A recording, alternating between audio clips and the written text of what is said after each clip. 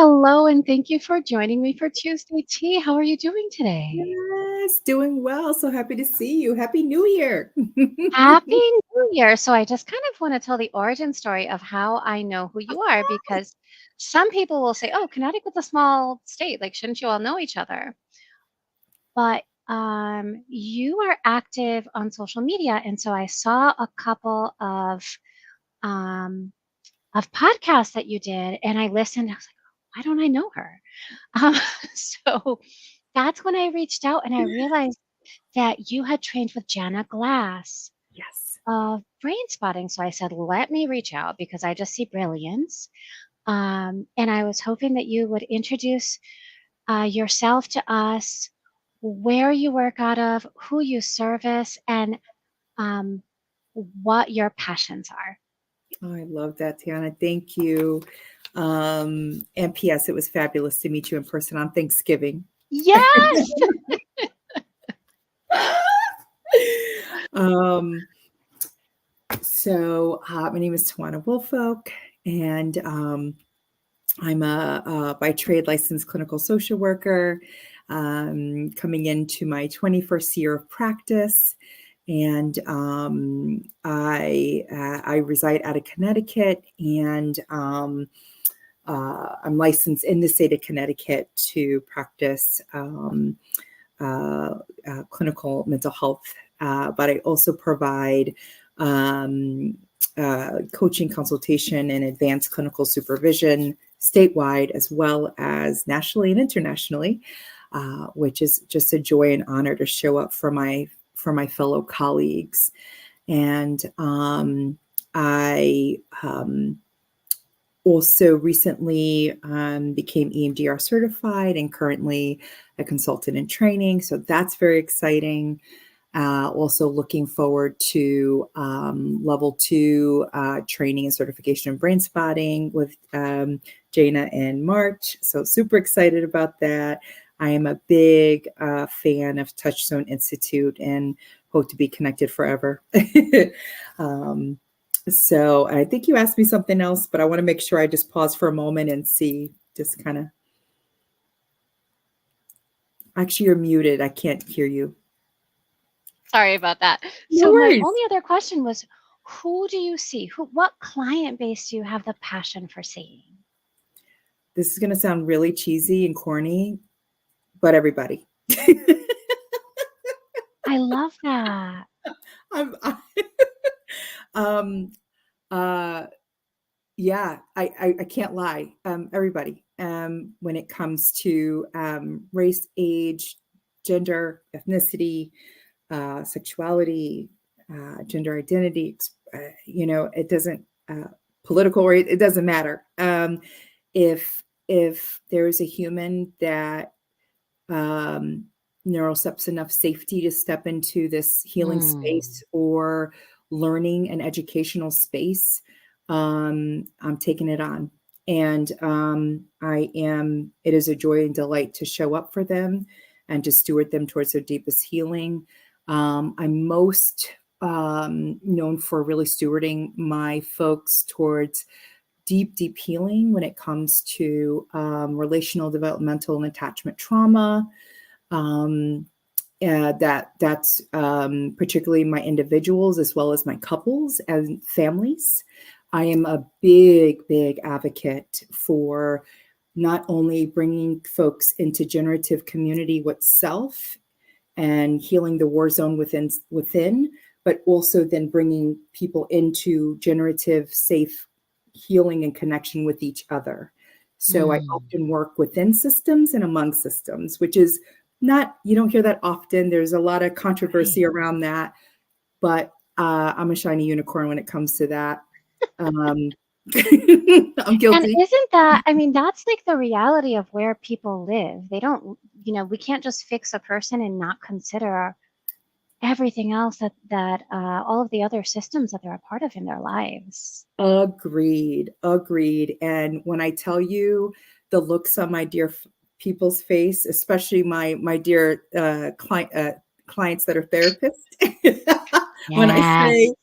say to them, to really round out your healing, we're gonna have to do some healing circles with your people, right? And their eyes get big, and they're like, over my dead body, right? And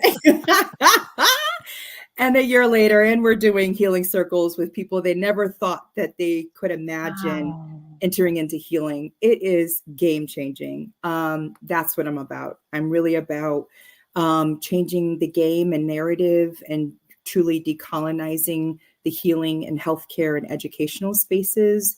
Mm. And that that is just a gift, and I feel so honored. That makes me emotional. Um, Mm. I yeah, that's how I'm choosing to lead and live. And some folks know this, some don't, but my dear fiance Ebony has really anchored me and supported me in this, that I've chosen not to bear my own biological children. I've chosen to mother and father through healing, Mm. and my clients are my babies, and that's how I'm living. That's how I'm dying. That's amazing. And I find you just so, ever since I became aware of your existence, I find you so giving in time and experience in these social media spaces where I love the vibe because I also love that of like sharing information, supporting each other. But I feel like there's a particular drive that you have to just share with colleagues. So I want to hear a little bit about that. And then I want to hear about why brain spotting. Yeah. Thank you. You're gonna make me really emotional. I'm emotional because it means a lot that you noticed, Hmm. and you're not only noticing, but you're choosing to say something. And often in our society, we see a lot of damn things, but we don't say Yeah, anything for all kinds of absolutely. reasons. So I appreciate you and the gift of your noticing. Thank you. And I give because I have my life back. And, when I've lived to die for a long time, and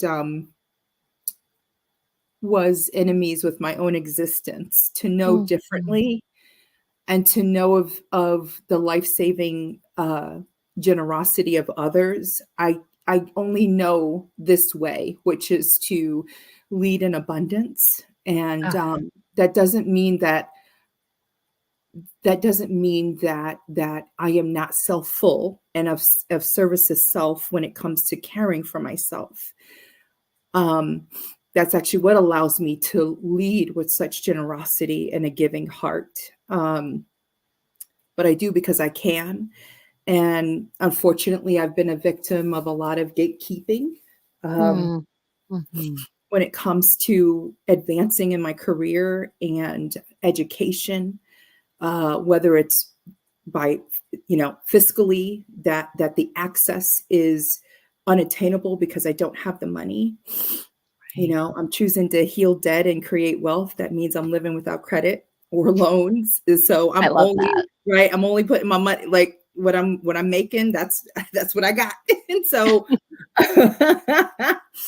and so or whether it's people don't understand me because of my shininess and my Mm, neurodiversity, and um uh I might be too much for them, and or they get it twisted and think that I'm trying to show up in a particular way, which then, because they're not taking accountability for their own biases and unhealing, right. that gets projected onto me. And I've had to leave certification groups for EMDR because of that Wow. discrimination and bias. So I give because I can and I get to, and Mm, it's my way of radically trying to shift the game and change the narrative on what is possible and what we can do. That we can have boundaries, and we can be in dual relationships with each other, because that's just society. And we can be anchored in safety and equity and the ethics of it all, but not self abandon our humanity and ourselves and each other. So I know that was a lot, but Does that make sense? I mean, that's a lot. And that's also important because one of the things that I see talked about a lot in these spaces is you can't have dual relationships. That's a dual relationship. I'm like, who are you seeing or where do you live that you can manage to not have multiple relationships with people who you might be in therapy with, right? So it's just more of this conversation of how do we do that ethically and supporting and protecting Yes. our clients. So one of the things I say to my clients is like, I'm gonna see you at the grocery store. Yeah. And I'm not gonna say hi. If you say hi to me, I'll say hi to you. Um, Mhm. Mhm. but I'm not Mhm. going to, especially when I think about the BIPOC perinatal space in this state, it's really Mm. small. It's very small. Yeah. So if you're a therapist who needs a therapist, it's really like what you said about creating and maintaining those boundaries. And they're not always what is in a book. No, it's co-created. It is, I, I think one of the, and I own this bias, but I think one of the ways we get it twisted in just our society when it comes to boundaries is, I'm putting them on you. I'm claiming, and Mm, I'm, as opposed to defining together and yes. taking healthy accountability for what I'm comfortable with and uncomfortable with, as opposed to projecting it out and making it your thing or making you have to contort or not to me. But we co-create this. We define this together. And our calling around how we do this is not a conference call. As long as we are good, we Yes. are good. Mm, mm. Putting it on a t-shirt. Um, so, and tell me about your journey with brain spotting because that's originally the context in which I Yeah. reached out to you. So I was like, oh, you're a brain spotter. I thought I knew all the brain spotters. So bring me into that world. Well, yeah. Well, thank you for just being open and to the universe, and because what a gift it's been to be in community and get to know you, and have you be my neighbor as well. So first of all, I'm going to get emotional because I just can't help it. When I think, and Jane is going to like blush when she sees this, and Mara might as well, but might too. But my financial advisor, same thing. He blushes every time I talk about him because I can't talk about him without getting emotional. But it's the same with when I think about the Touchstone Institute and our dear Vanessa. Like, first of all, I just Mm. gotta say this. I gotta give them their flowers, and y'all aren't paying me for this. Y'all not. I mean, this is unsolicited, but I need folks to know something, that when we think about, I'm coming in 21 years in the game, Mm, and it matters to me. I came into brain spotting when I literally, like, 2023 was my first full year of only Sacred Ground Institute being my practice, my moneymaker. No wow. more 5 jobs, right? Since I was 16. Like, Sacred Mm, Ground Institute literally was my bread and butter. So that meant no use of credit cards, no mm, loans. That meant I had to be really discerning of where I put my money. mm. And so that meant for training as well. And so just know it was so, I was riddled with my own shame, and going down the demoralization shame spiral when I approached Touchstone about, like, hey, so I'm financially insecure. Mm. So yes, I have a successful practice, but that doesn't translate to liquidity in terms of fiscal Oh, liquidity. absolutely. And so it did matter being able to come to an institute that, it's about business, but it's also about being in the business of humanity and education. And Mm, so I appreciated, one, Touchstone's equity and access kind of orientation when it came to pricing, as well as fiscal flexibility. Of course, that's mm, all on a case by case basis, but just as a whole, I mean, I just find that it's just accessible fiscally.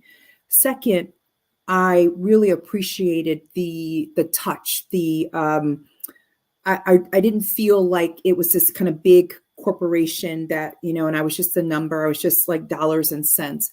I felt like somebody. I felt like Mm, I mattered.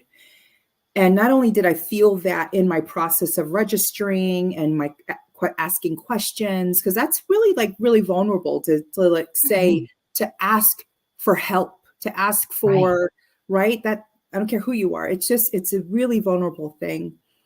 And so not only was the process just so humane and so compassionate, um, I then land into the 5-day training space. Mm. And man, mm, I got to grab my squishy for this one because this I let me tell you, I just kept, I was glad I was on mute because I literally kept whispering to myself, like, where has this been all my life? Like, first of all, Mm. where's Jana been all my life? Because I this year my growth edge is getting into the training and education and public speaking space, and I yearned for modeling of how to Mm. do that equitably, how to be anchored in a space that honor diversity, equity, and inclusion, Mm. not just wordplay, but truly in practice. And the rhythm, the anchoring, the intentionality behind how Touchstone and how Jana like really anchored and shaped the training was breathtaking. And it was one of the best. Mm. I've taken many great ones, but it was one of the best 5-day trainings that Wow. I've taken in my career, my history.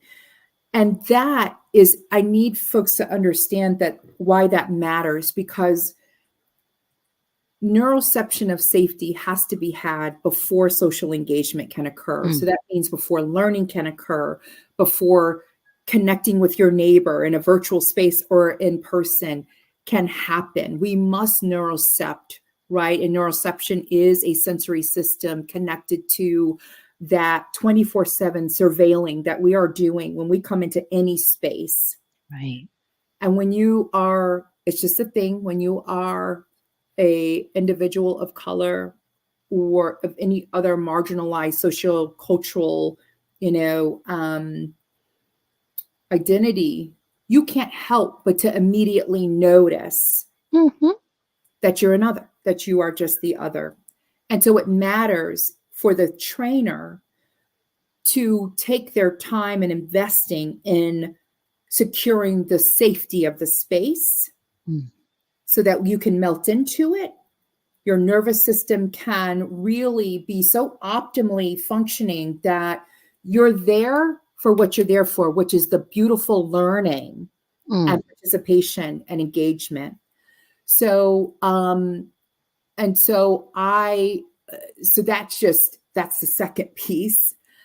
And third, just the material and the philosophy behind how it originated, the anchoring and how David Grand came to brain spotting, how it evolved, and then what it is truly a practice of.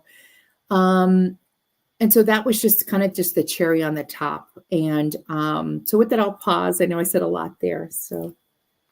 One of the things that I will say has was really beautiful to watch is that we came up with our social justice principles, with our core values, I should say. Mhm. And then Jana came on, and she already had values that matched our values. So, wow, what a beautiful marriage of all of the things. But yeah, so when we're coming in and we're trying to focus on the decolonization of these skills, and we're trying to also like really work with our clients in that way, I feel like it can be so powerful to be in spaces where not only are people trying to do it right, but when the people don't do it right, they're just like, call me in. If you have the spoons, call me Oh, in. it's everything. I'm getting chills as you're saying that. Yeah, Absolutely. it's because we are definitely going to make mistakes, but then we have We this meant to. We get process to. of, Yeah, we wanna mend, um, we want to get better Yes. every time, and we wanna learn from And what that. an So honor I that should be for any of us. yes, I mean, I feel like that calling in culture is just makes everybody better. Mhm. Yes. Yes. Ah, Yeah. so then you decided to get trained in EMDR. How did Yeah. that happen? Yeah, so I got trained in actually EMDR before brain spotting. Wow. So yeah, yeah. So it just I got trained in safe EMDR, somatic attachment focused EMDR, and there are many versions of that, as we know, many kind of innovations of EMDR, um, and it just made sense as someone that I'm trying to evolve as a traumatologist, and to me, no one way, approach, modality owns the block on healing. We should Mhm. be so honored to want to learn how to evolve our language and fluency of how to show up for our beautiful people. Because truly, healing is not one size fits all nor linear. And I want to do anything in my power to be checking my ego around that. Mhm. And so it's an honor to stretch and grow. So I got trained in EMDR first and then brain spotting, I think within the same or the following year. And and what I really loved about, I mean, there's beauty in awe, right? I've been practicing for a long time. So truly my practice is truly integrative and on purpose because that makes me multilingual, if you so to speak, as a practitioner. And I want to be multilingual. That is where the Mhm. mastery is. And being able to ethically, safely, humanistically, and always in a anchored in attunement with my person or people, know what how to flex and pivot and what to be able to bring into the space. And so it just made sense for me to add brain spotting to that. And what I particularly appreciated about out of all trainings and different approaches and modalities I've learned, brain spotting is one of the few that explicitly within its teachings, and this might sound inelegant, but I'm just going to call a thing. Within its teachings, gently or not, encourages the therapist to check their ego. I love that within the principles of brain spotting, as you are being taught it to fidelity, requires that the therapist, the practitioner, have implicit trust and faith in their person's capacity to heal. And second, we can't F it up. I don't know if I can swear on here, but I'm kind of a sweary person. You But we can't, absolutely can. okay, I gotta say it. We can't fuck it up, right? And how relieving to say to our dear person, listen, you can't fuck it up. Nothing's by mistake. Every I love twitch, that. every eye wobble, every gulp, every swallow, anything, any twitch, let's not get it twisted. And let's not go down the spiral of should this be a thing? Is this no, nothing is by mistake. It is all grist for the mill. It is all beautiful data.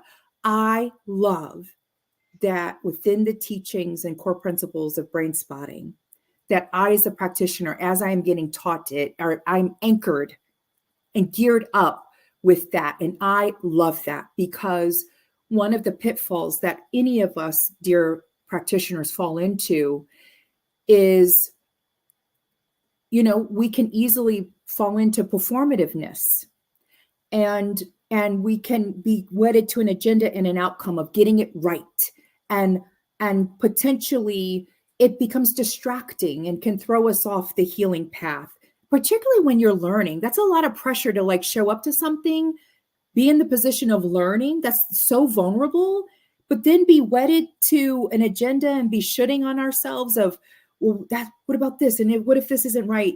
And so why I love it is because it really it encourages you. It almost forces your hand to like check your ego, like let's sit in the pocket of like, your person's got this. They can't F it up. Be right, be in the tail of the comet, they're in the head, right? A step ahead by being a step behind. And what I inherently, and I don't know if David Grand meant this or not, but what I also really love is how it really aligned with the backbone of my practice, which is really anchoring in my way that I like to teach it, teaching mindfulness in an embodied way. Brain spotting to me is a beautiful way to really help my folks flex that mindfulness embodied practice. And I love how it just infuses that. And it also, again, it's a parallel process because, again, it only works efficaciously when the practitioner is also embodied in that way. So I said a lot. I'm going to pause. I love that, and I feel very similarly. I feel to the grounding and mindfulness in EMDR, and the reason I say that is Yep. I have to walk the walk if my clients are going to be doing things with me or buying it, that I'm not just preaching it. It's true, because their parts will call BS on it. Yes. Oh, absolutely. And they have the right to, They right? do. So I love that about having just a kind of a check-in with ourselves to make sure that we're offering these things in a way that feels authentic to the client. And in full consent. Yes. Yeah, for sure. I love that. So tell us about what things you have coming up about your practice, how consultees can reach you if they are looking at needing someone to guide them in that process, how people can refer clients to you, and also can you talk a bit about this situation where I feel like you also offer intensives, and I imagine that you do that for both brain spotting and EMDR, but I shouldn't be presumptuous. So please That's just give us all the okay. That's all right, details. my love. So, and I imagine when you post this that you'll also, because I'll email you all my links and Oh everything. yeah, we'll send all the Um, links. but yeah, so my website is www.sacredgroundinstitute.com. And folks can reach me through there. I'm also on Instagram, Sacred Ground Institute, YouTube as well. I just launched my YouTube channel for Sacred Ground. Slowing going. I'm having fun conceptualizing the kind of content I want for that. That'll be more longer form content. So I will definitely make sure to equip you with that, and as well as my email. And currently, actually on Monday, the 29th, I will be with my dear colleague, Dr. Jenny Hughes, who will be doing our second quarterly placeholder on, it will be a symposium on racial trauma and vicarious trauma that is free to all trauma therapists, healers, educators, providers, and open to the public. And I can also just kind of send you the information for that, but that is posted all over social media. But folks can reach out to me. I can give my personal email, which is T as in Tom, M as in Mary, W as in Walter, 6328@gmail.com. Happy to send out that information. We've got almost 100 people signed up so far for that, and it's a live virtual event, and we are just super excited about that. And I've got lots of kind of upcoming training and speaking engagements coming up. So that's very exciting. Doing some partnerships and collabs with my dear friend, Mara Houston, who's a licensed clinical social worker and certified EMDR therapist and consultant. So just like beautiful partnerships happening. And that's what I'm about. I will be doing I got chosen to be one of several speakers for Black History Month for Black Speakers Rock. And so that's exciting. I'm going to be recording that this weekend. Lots of wonderful things. And currently forming my consultant and training offerings that I'll be launching in February, March. And so folks can just reach out to me with any inquiry through my Facebook, through my website and my email. And so just very excited. And I have a Psychology Today profile as well that's easily accessible under my name, Tawanna Woolfolk. And yeah, so just super excited. And I'm currently partnering with Lizzie Wiggins, and I've been assisting EMDR basic trainings with her, with EMDR restorative consulting. We have our second weekend tomorrow, so that's been a blast. And also enjoying working with my main EMDR consultant, Dr. Tracy Rodriguez. It truly has taken a village to get this shiny unicorn where she's at, and we ain't stopping. I love the shiny unicornness of it. And I really think that this is where we find the magic. Agreed. So I so appreciate that you took time out of your day Thank to you. touch base with me, to explain what you're doing. And I hope that we see you more frequently at Touchstone and that we just continue this Looking forward to it. conversation. Y'all are gonna get tired of me. You know, you'd be a pest. And I hope to come back for a second one where I can maybe talk more in depth about how I utilize brain spotting and EMDR into particularly my advanced clinical supervision intensives. That game changer. Already Um, wrote it down. Particularly brain spot. Yes, it is just game changing for my dear clinicians. So I'd love to be able to Wonderful. talk in more long form about that with y'all. I think that sounds amazing. Thank you so much. Thank It you. has been a pleasure. Take good care, and we hope to see more of